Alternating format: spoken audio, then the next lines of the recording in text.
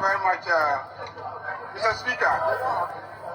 Mr. Speaker, in the presentation of the chairperson, she indicated that she is running away from the guarantor system because it is subject to abuse.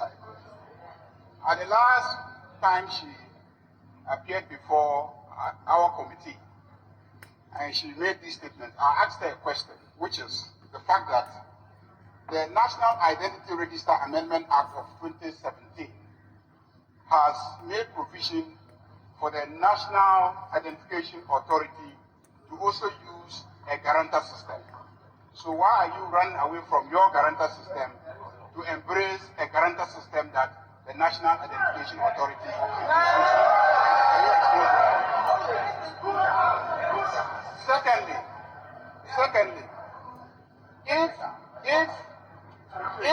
in the last registration exercise, 10 million people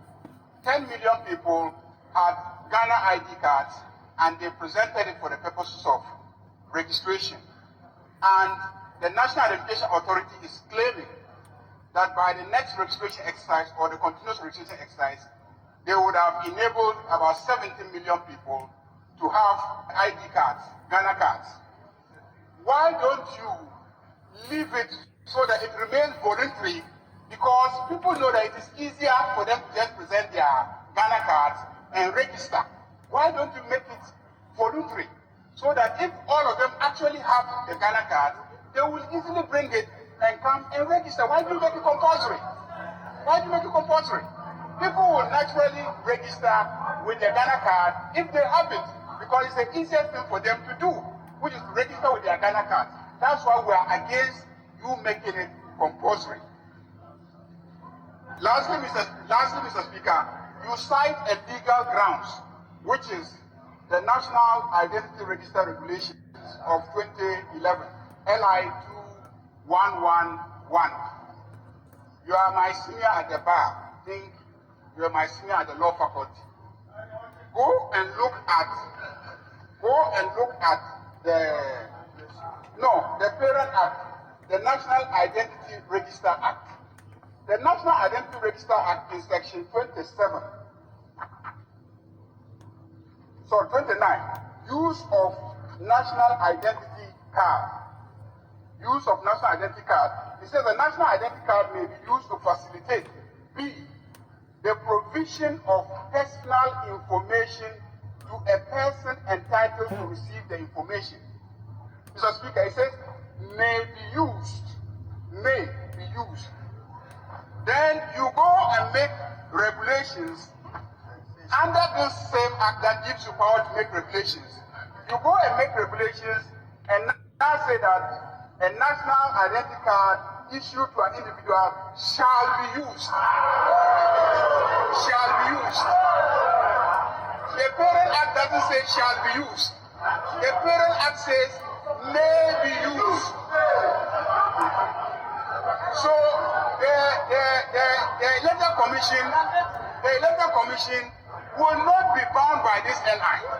Mr. Speaker, apart from that, the Citizenship Act. Honorable member, your time is up.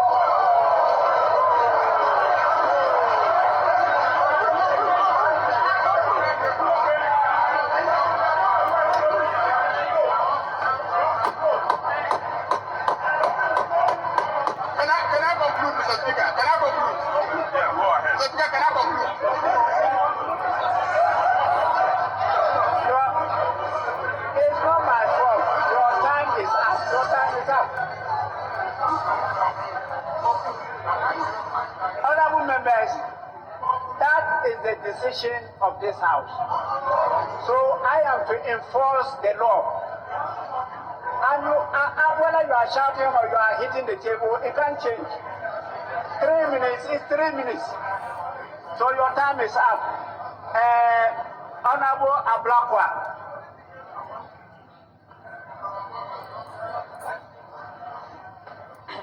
Right, Honourable Speaker, I want to seek your leave, if it's possible, to see 30 seconds of my time to Honourable Ayariga.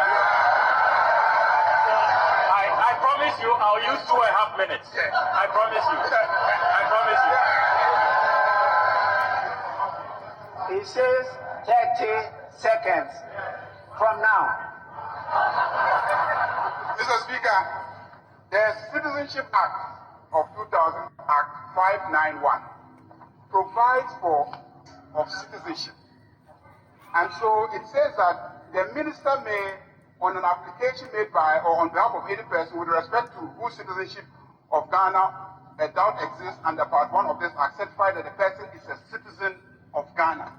Just to make a point that you cannot make Ghana card the only mechanism for establishing citizenship, because this parliament has another law which makes provision for a mechanism for establishing citizenship. Thank you, Mr. Speaker.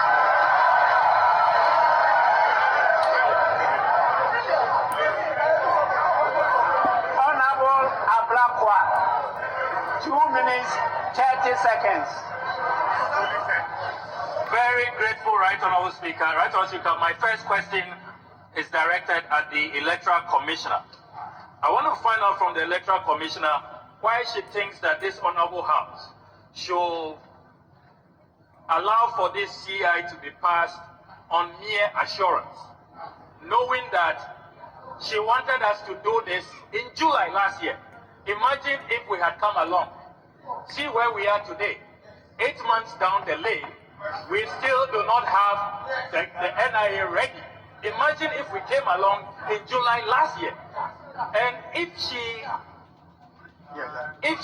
should be minded, the last time a minister of state decided to use NIA and rely on deadlines and all of that, the communications minister, her hands were bent.